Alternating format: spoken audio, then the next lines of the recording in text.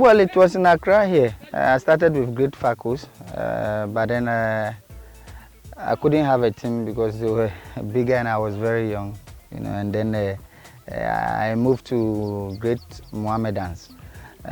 So even that early age, both two teams were fighting over me. I quite remember when we were going to register at AMA. Faculties wanted me to register for him, and then Great Mohammed. So it was a big fight. I mean, the faculties were trained, but I'm their player and so forth. So I couldn't register for any team. It was a policeman who escorted me home. So when my mom saw me, she was a bit nervous, and so she said, well, if it's so, then I should go back. I should go to my father.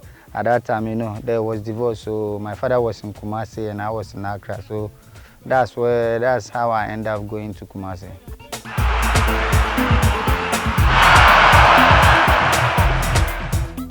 Well, I don't know. I mean, football is something, as soon as I started growing up, something that I want to do.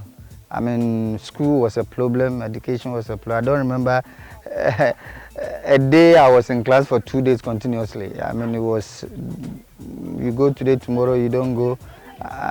Stand on the street, play oranges, kick stones, so football was everything for me. So I was very happy at the end of the day I was able to do something in football.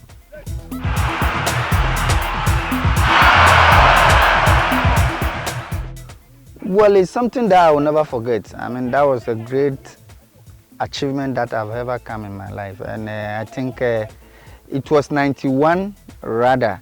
The under 16 was in Scotland. That's where Pele said I was going to step in his shoe. I think our first match was against Scotland and Pele was there, the Pele of Brazil. And then after our match, it was an opening match, and then he chose me as man of the match in that game. And then he said I was going to be in his shoe. But that tournament we didn't do well. Ghana didn't do well. It was after the 3 matches we have to come home.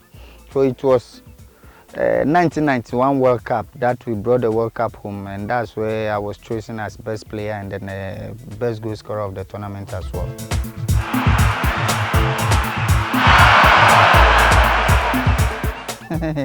Yes, I remember I left this country when I was 15 August 1989, and it was Stephen Keshi. And after that tournament in Scotland, I quite remember it was our former president Rollins who was there, and then he said he won't allow us to go anywhere because we did very well. We should be together.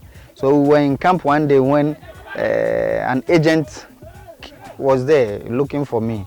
And he said, when I met him, he said Stephen Keshi said he should come and look for me because his club said they should come and get me after the Scotland tournament. So when he came to town, fortunately he gave me his card before we start chatting.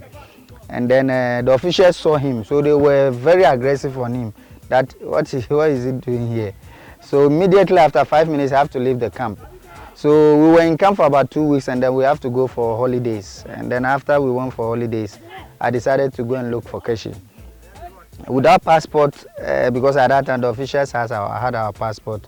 So I went to the station saying that I told the driver that, listen, I don't have a passport, but I want to go to Nigeria. And he said if I can double the figure, he can take me. It was a nightmare. If you get to any border, you have to stop, walk some distance until I get to Lagos. So when I get to Lagos, 2 days later, Keshi also came around because we were going to play for national match, so he have to come to Lagos. So when he came and he saw me, and then he called under like that, well, Nii Lamptey is here. They were surprised. And then, well, this is a situation, I don't have a passport. How can I go to Europe? I was in his room, and then a couple of people, he was a hero, he was a star, so everybody wanted to see Keshi. So people came there, and then I saw him giving them a lot of money. I don't know what is it about. And within 2 hours, I had a passport called Junior Lamptey. So after their match, I have to go to Lagos with Stephen Keshi. And I was scared because, of course, I'm a Ghanaian. I'm in travel with Nigerian passport. But, well, Stephen was a great hero. And, well, this is his son, as he presented. So I was just, passing through the immigration line until we get to Belgium. So he told the officials that this is the situation. So as soon as I arrive in Belgium, The officials were at the airport. They did the necessary documents, and then well, they took me out.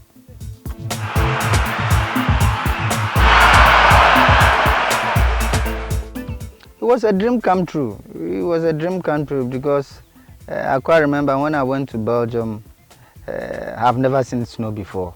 It was freezing. It was Stephen Keshi who really kept me company. Even I think after 3 months, I wanted to come back to Ghana. It was freezing, and the funny thing is, when you are going to, because I was playing with my age group at that time, and then when you are going to training, in Europe, everybody come with his parents, they drop them off, and then I have to walk into the snow, and it was sad. I was feeling so lonely. I've never seen so many things before. But it was Stephen Keshi who really encouraged me that even when he came to Europe, he was like that. So it was my first match, that really turned everything away. I was playing with the youth, and within 6 months, I was, promoted into the senior national team. And then my first match against Cercle Bruges, I scored my debut, and that was it.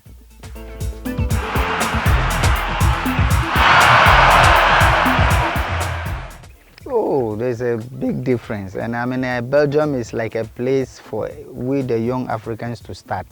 The standard in Belgium and England, British football is the big. It's too big difference, So that's why I also wanted to move forward, because Belgium was like a low standard, and of course England. Everybody wanted to play in England, so for me it was a dream come true.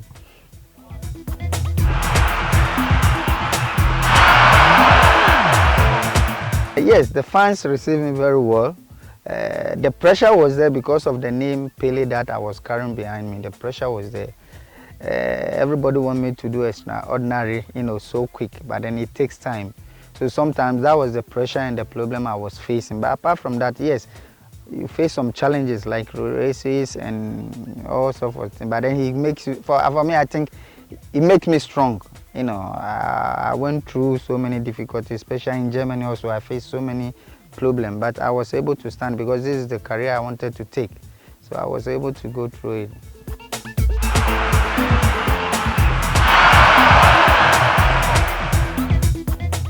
I think racism has changed. It's not like before. I quite remember when I went to Europe. Yes, as I said at the beginning. In Belgium, especially, I scored a goal and I made a mistake. I ran to the opponent direction and a banana was thrown. But then, as I said, this is something that is there. If I can't face it, maybe then I have to walk off the pitch. But it's there, and as I said, this is the color that God gave it to us. There's no way we can change it. But to be honest with you, as I said, gradually it's changing. So we thank God for that, and I think our youth, that's why most of us have to educate them that when they are going to Europe, this is there. And I quite remember in Germany, you enter a dressing room and you say, Morgan, nobody will mind you. But then when their colleague come and then he say, Morgan, they will answer. Do you know how it feels? But then this is something that is there. But gradually, as I said, it's changing. So let's hope that it gets better.